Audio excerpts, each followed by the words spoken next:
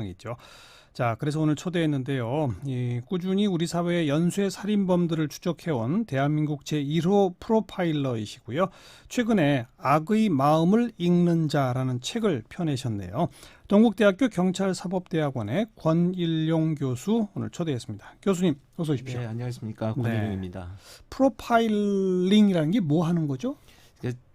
범죄 현장에서 범죄자들을 프로필한다는 의미를 갖고 있습니다. 근데 이게 나타난 배경은 예전에는 우리 사회가 범행의 동기가 뚜렷했죠. 어느 정도 뭐 원한 치정 이런 문제들로 사건이 벌어졌었는데 이제 90년대 중반을 넘어가면서 자기 개인이 가진 문제를 불특정한 다수인들에게 감정을 표출하는 범죄로 좀 바뀌어가고 있습니다. 소위 양상이. 묻지마 범죄, 예, 묻지마형의 범죄들 이런 범죄들이 나타나기 시작을 하니까 과연 이들이 어떤 사람들인가를 현장에서 증거물을 수집하는 것도 중요하지만 그들이 범행을 하게 된 동기가 형성되는 과정이라든지 또는 어떤 배경에서 이런 사람들이 나타나는가 이런 것을 분석을 해서 연쇄적으로 벌어지는 범죄를 뭐 조기에 차단하는 이런 역할들을 하는 것이 이제 프로파일링, 프로파일러 이렇게 얘기를 하고 있습니다. 우리 교수님은 언제부터 이 일을 하셨어요? 대한민국 1호 프로파일러로 소개했는데. 사실 뭐 1호 최초 이런 표현들이 지금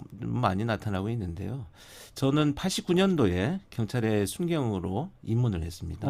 그래서 당시에 경찰학교 160기로 교육을 이수하고 나왔는데 그 당시 이제 사회적 배경이 우리가 이제 90년, 91년 이때를 겪으면서 범죄와의 전쟁이 시작될 정도로 사회가 어지럽던 시절에 이제 강력 형사를 했고요. 그 이후에 이제 93년부터 CSI로 발탁이 되었습니다. 과학수사대. 네, 과학수사 요원으로 발탁이 되어서 범죄 현장을 이제 끝없이 다니게 되었죠. 그때 나타나는 것이 이제 94년, 5년을 넘어가면서 이제 지존파니, 막가파니 이런 우리 사회에 좀 잔혹한 이런 범죄가 나타나기 시작을 해서 한국 경찰에 공식적으로 이 직제가 만들어진 것이 2000년 2월 9일입니다. 그때 이제 CSI를 하고 있던 제가 발령이 나면서 이제 우리나라 경찰의 최초의 프로파일러로 근무를 하게 되었습니다. 네. 그리고 언제까지 경찰에 몸담으셨어요? 교수님이랑 지금은 교수님이신데. 네. 제가 작년이죠. 2017년 4월 30일자로 명예퇴직을 하고 나왔습니다. 17년 동안을 그러면 현장에서 프로파일링을 하신 거네요. 이제 현장 그 수사본부에 투입이 되는 일들을 하고 있었습니다. 제가 오늘 시작하면서 강서구 PC방 살인 사건. 그건 뭐 아르바이트생이 뭐 제대로 안 치워준다. 뭐 아주 사소한 것 가지고 그렇죠. 집에까지 가서 칼을 들고 와가지고 수십 차례 막 이런 사람들은 왜 이러는 겁니까? 정말 잔혹한 범죄입니다. 어떤 심리인 거예요, 이런 건? 근데 사실 이게 그러한 어떤 뭐 치워주지 않았다, 또 1,000원을 환불해주지 않았다 이런 문제들은 본질적인 동기라고 보기는 어렵습니다. 이들이 갖고 있는 이러한 유형의 범죄를 저지르는 사람들이 갖고 있는 개인적인 분노 또는 감정, 주관적으로 경험하는 고통이 굉장히 큰 사람들이거든요.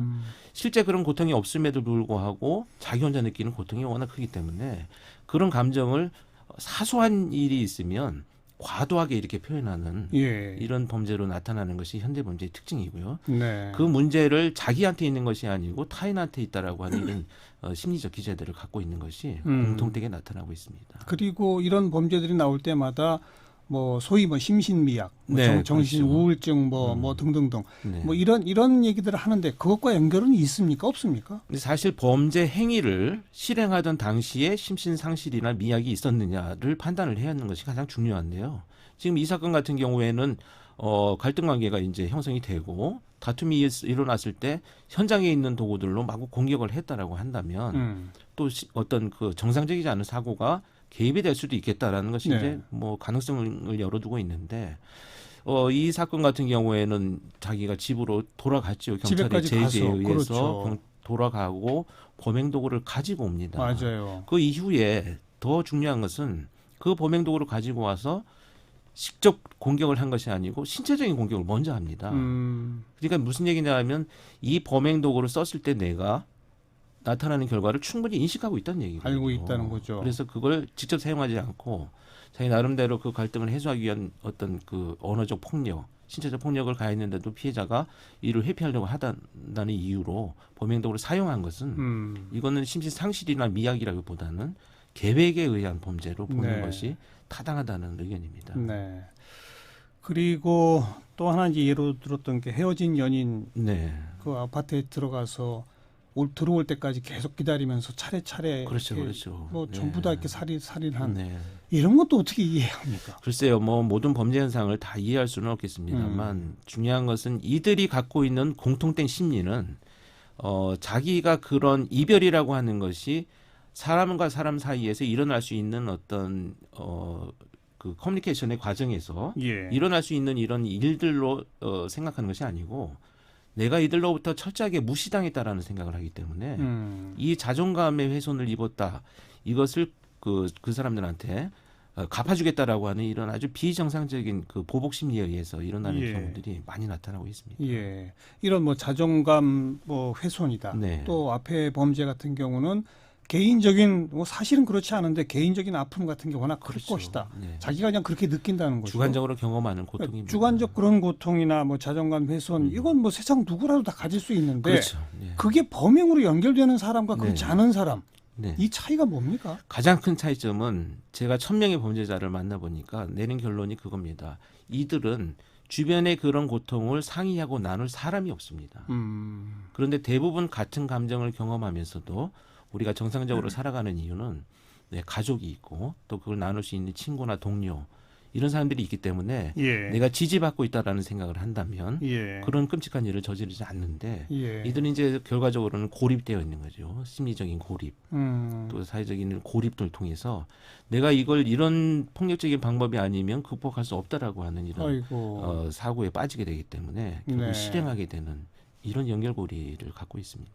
이번에 악의 마음을 읽는 자들이라는 책을 펴내셨는데 네. 뭐 책을 쭉 보면은 프로파일러가 어떤 일을 하는지를 아주 정확하게 표현한 그런 책인 것 같아요. 네. 좀 더 부연 설명해 주시면. 사실 프로파일링이라고 하는 것이 언론에 보면 굉장히 드라마틱하고 아주 그 강력 수사에 결정적인 역할만을 하는 사람으로 표현되고 있는데요. 사실은 이제 수사를 지원하는 역할입니다. 예. 애초에 그래서 CSI와 같이 수사를 지원하는 역할들이고요.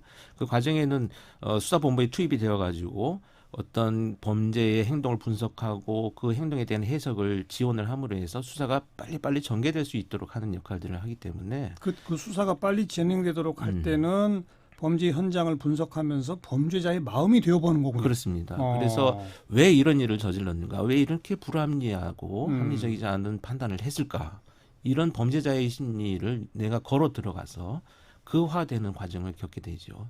그렇지 않다면 우리가 상식적인 선에서 본다면 사실 이런 범죄는 이해할 수가 없습니다. 네. 그래서 정말 그가 가진 사고 체계를 걸어 들어가 보는 이런 일들을 하고 있습니다. 그렇게 해서 범죄자를 잡는 거를 도와주는 역할이고. 그렇습니다. 그럼 이제 잡은 다음에도 또 역할이 있죠. 네, 수사가 이제 방향이 설정이 되죠. 그런 과정을 통해서 그 이후에 이제 검거되고 나면 정말 본질적으로 갖고 있는 이 범죄자의 특성을 파악하기 위해서 이제 면담을 실시를 합니다. 예. 그래서 이제 장시간 면담을 하죠. 5시간, 6시간 이상이 될 수도 있고 며칠이 될 수도 있는데 그걸 통해서 이제 이 범죄자가 갖고 있는 본질적인 동기를 밝히게 되고요.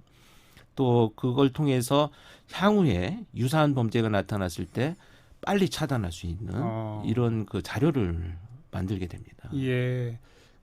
이런 프로파일링 자료들이 많이 축적이 되면 네. 실제로 그런 범죄를 예방할 수도 있어요. 그렇습니다. 지금 많은 부분에서 이 프로파일링 자료가 지금 예방에 쓰여지고 있고요. 어떻게 쓰여지는 겁니까? 쉽게 얘기하면 이제 범죄자들의 패턴을 보기 때문에 예. 어떤 침입의 방법이 있다. 어. 이 범죄자들이 그렇다면 그런 것들을 자료화시킨다면 범죄자들이 보고 침입하는 용이한 이런 환경들을 없애는 거죠. 쉽게 그렇죠. 말하면. 네. 가로등을 더 늘린다든지. 그렇죠. 뭐 담장을 없앤다든지 예, 이런 도시 예. 설계에서도 상당히 응용이 되고 있습니다. 그런 건 뭐 어찌 보면 그냥 침투 경로 이 정도고 네. 그들의 어떤 심리 상태 뭐 이런 걸 그렇죠. 분석한 프로파일링 자료를 갖고서는 또 어떤 예방이 가능할까요? 그거는 이제 그 범죄가 동기화되는 과정에서 우리 사회가 과연 어떤 지원을 할 것이냐. 또 만약에 정신적인 문제가 있는 분들이라고 한다면 이들이 범죄를 일으키는 과정이 어떻게 형성이 된다. 예. 그렇다면 국가에서 좀 어떤 지원들을 함으로 해서 이걸 예방할 수 있겠는가. 예. 이런 정책적인 문제들을 많이 논의하고 있습니다. 이미 경찰청하고 다른 정부 부처가 그런 그 식으로 기관들이 협조를 하나요? 많이 협조를 하고 그래요. 있습니다. 네. 자, 이번 이 책에서는 6가지 사건을 구체적으로 적시해서 이 프로파일링 과정을 쭉 설명해 주고 네, 계신데 꼭 6가지 사건을 이렇게 적시한 이유가 있을까요? 이게 이제 가장 초창기에 프로파일링이 한국에서 진행되면서 겪었던 사건들이기도 하고요. 더군다나 또 이 연쇄살인이라고 하는 것을 극단적으로 겪었던 시기에 어떤 내용들인데요. 6건이 다 연쇄살인 사건입니다. 그렇지는 않습니다. 이제 그 유영철, 정남규, 강호순 사건이 포함이 되어 있고요. 예. 알려지진 않았지만 우리 사회에 가장 큰 아픔을 줬던 뭐 아동범죄, 성범죄 사건이라든지 이런 것들이 좀 포함이 되어 있는데 중요한 것은 제가 이 책을 쓰면서 고민을 많이 했습니다. 사실 이런 그 범죄들을 굳이 알릴 필요가 있겠는가. 네. 그러나 사실 이제 퇴직을 하면서 이게 무용담을 쓴 게 아니고요. 우리 사회가 그 시기에 이런 범죄들이 있었다라는 것을 알림으로 해서 그 피해자들의 고통이라든지 또는 수사 현장에서 수사관들이 겪었던 고뇌나 고통을 나눌 수 있다면 우리가 보다 더 다음 세대에서는 이런 범죄를 서로 줄이기 위한 노력을 하지 않을까 이런 고민에서 좀 글을 쓰게 되었습니다. 정남규 사건을 굉장히 비중 있게 다루셨던데 어떤 사건이었죠? 그 이제 서울 서남부에서 그 연쇄적으로 범행을 저질렀던 사건입니다. 이게 사실 의외로 유경철 사건보다는 잘 알려지지는 않았는데요. 굉장히 많은 분들이 피해를 입었고 또 사망하지 않아도 중상해를 입은 분들이 많았기 때문에 아주 큰 사건이었습니다. 근데 그 사건에 있어서 제가 이제 유경철 사건을 처음 프로파일러가 되어가지고 그 수사팀의 경험을 하면서 너무 몰랐던 것들을 그 다음에 나타난 정남규 사건을 분석하면서 다시는 이런 실수를 하지 않아야 되겠다라는 것이 이제 그 적용이 많이 되었던 케이스입니다. 유영철 그다음에 정남규 그다음에 비슷한 이제 패턴들이 있습니까? 상당히 비슷한 패턴이죠. 그 공격의 패턴이라든지 범행 도구의 사용 이런 것들이 그 상당히 유사했고요. 또 범죄자들의 심리도 아주 유사한 패턴을 갖고 있었습니다. 그러니까 한번 유영철 사건을 경험하시고 네. 정남규 사건 이제 체포되기 전에 투입돼서 그렇죠. 쭉 보니까 그 프로파일링 자료가 실제 정남규 체포의 검거에 중요한 역할을 그렇습니다. 했나요? 이제 최초의 마지막에 이 범죄가 검거될 당시에 사실은 강도 미수로만 검거가 되었습니다. 그 살인 사건 현장에서 체포된 것이 아니고 그 살인을 저지르고 들어갔던 집에서 그 피해자의 저항 때문에 살인을 저지르지 못하고 나왔기 때문에 강도 미수로만 체포가 되었는데 그 강도 미수로 체포된 범인을 저희 프로파일링 팀에서 수사 기록을 보고 검거 체포 보고서를 보고 이 사람은 강도 미수 한 건이 아니고 지금까지 있어왔던 범죄와 반드시 연관이 되어 있을 가능성이 높다라고 해서 본격적인 수사가 진행됐고 그런 걸 어떻게 아시게 됐어요? 그 2년간 제가 현장에서 추적을 했었는데요. 그 범행 장소 또 행동 패턴 이런 것들을 보면 그가 가진 심리적인 특성들도 파악을 할 수가 있고요. 이런 것들이 이제 많이 도움이 됐던 이런 사건입니다. 네. 이 책을 보면 끊임없이 누가 왜 범죄자가 되는가 이런 질문을 던지셨는데 뭐 단도직입적으로 누가 왜 범죄자가 되는 겁니까? 글쎄요, 뭐 상관관계를 갖고 있는 문제들이죠. 사실 뭐 경제적인 문제 또 그 사회의 어떤 그 여러 가지 그 변화들이 뭐 범죄에 영향을 준다고는 합니다만 결과적으로는 아까 말씀드린 바와 같이 이들이 정말 고립되어 가지고 누구와도 이 사회 구성원으로서의 역할들을 하지 못할 때 결국은 범죄를 저지르지 않는가 이렇게 생각을 합니다. 그 지난 2015년인가 이 분노를 참지 못하고 범행 저지르는 충동형 범죄 이런 게 사회 문제가 되면서 대책 마련을 위한 이 경찰청 테스크포스 팀을 만들었습니다. 거기서 팀원으로 활동하셨잖아요. 그때 어떤 대책들이 제시가 됐나요? 글쎄 그때 당시 제가 이제 9명의 프로파일러들 모아서 팀장으로 그 책을 연구를 진행을 했는데요. 결론적으로 외국과 같은 경우에는 이런 그 정신질환일 경우에 자타 해의 위협이 있다라고 하면 국가나 공권력이 개입하기 이전에 이미 지역 커뮤니티에서 지역 사회에서 저 사람이 본인 스스로든 다른 사람이든 위해를 가능성이 있다라고 하면 서로 논의를 해가지고 이 사람을 치료에 개입할 수 있는 기회들을 만들어줍니다. 그래서 우리도 국가에서 막연히 이 사람들을 뭐 강제 입원시켜서 치료하고 이런 부분들도 중요하지만 그 지역 사회에서 그들이 같이 공동 대처할 수 있는 이런 기회를 만드는 것도 굉장히 중요한 역할이다라고 생각합니다. 지금 방금 언급하신 정신질환이 또 좀 미묘한 대목이라서 이걸 여쭤보지 않을 수가 없는 게 가끔 그런 뭐 정신질환 특히 뭐 예를 들면 조현병 뭐 이런 거 가진 사람들이 어떤 범죄를 저질렀다 이런 보도가 나가면 또 일각에서는 아이고 이 조현병과 같은 정신질환자들은 다 위험해. 이렇게 돼서 정신질환자에 대한 편견으로 작용할 수도 있다라는 얘기도 나오던데 실제로 수없이 많은 유형의 범죄를 분석해 보셨으니까 정신질환자는 범죄와 관련해서 더 위험합니까? 전혀 그렇지 않습니까? 어떻게? 저는 직접적인 관련은 없다라고 없다. 생각합니다. 근데 다만 중요한 것이 뭐냐면 그 범죄들 우리가 사회적 낙인이 너무 심하기 때문에 그 범죄 자체가 위험하다고 생각을 하고요. 지금 치료를 받는 분들은 조금 더 위험하지 않습니다. 네. 근데 이 치료에서 벗어난 사람들, 예. 이분들이 이제 장시간 기간이 지나면서 그 범죄의 동기가 형성이 될 가능성이 높은데요. 사실 직접적인 동기라고 보기는 어렵습니다. 네. 그래서 쉽게 말씀드리면 이 조현병 망상 이런 범죄가 범죄와 관련 있는 것이 아니고 누구라도 범죄를 저지를 수 있지만 그 범죄를 저지르는 사람을 보니까 조현병이나 망상이 있더라 이렇게 표현되어야 되지. 네. 조현병에 의한 살인 사건 이건 상당히 좀 문제가 있다 이렇게 생각합니다. 그리고 그런 끔찍한 범죄를 저지른 사람들 가운데 그런 조현병이나 망상을 가진 사람은 극히 또 많지 않습니다. 일부분인 거죠. 네, 일반 범죄자들에 비하면 프로테지는 거의 1% 미만에 불과합니다. 어쨌든 이렇게 뭐 끔찍한 흉악 범죄 이런 그다음에 또 뭐 충동형 범죄 네. 이런 것들은 우리 사회가 복잡해지고 특히 또 양극화 이런 게 심화되고 네. 이럴수록 늘어나는 거죠. 늘어날 수밖에 없는 구조를 갖고 있습니다. 아이고. 근데 한국뿐만 아니고 이제 외국도 마찬가지 과정을 겪고 있고요. 그래서 그것이 결국 그 문제가 자기의 스스로 해결할 수 있는 방법이 없다면 주변에 도움을 요청하는 것이 바람직하지 않는가 하는 생각이 듭니다. 공동체가 붕괴되니까 이런 일이 네, 벌어지는 네. 거죠. 어쨌든 지역 커뮤니티가 다시 살아나서 그 사람들에게 누군가라도 소통할 수 있다면 네. 범죄는 줄어든다. 많이 줄어들 가능성이 높다고 봅니다. 근데 어려운 일이네요. 쉽지는 않습니다. 왜냐하면 너무 사회가 각박해지고 있기 때문에 쉽지는 않습니다만 서로를 위해서 필요한 일이죠. 그래도 해야죠. 네. 네.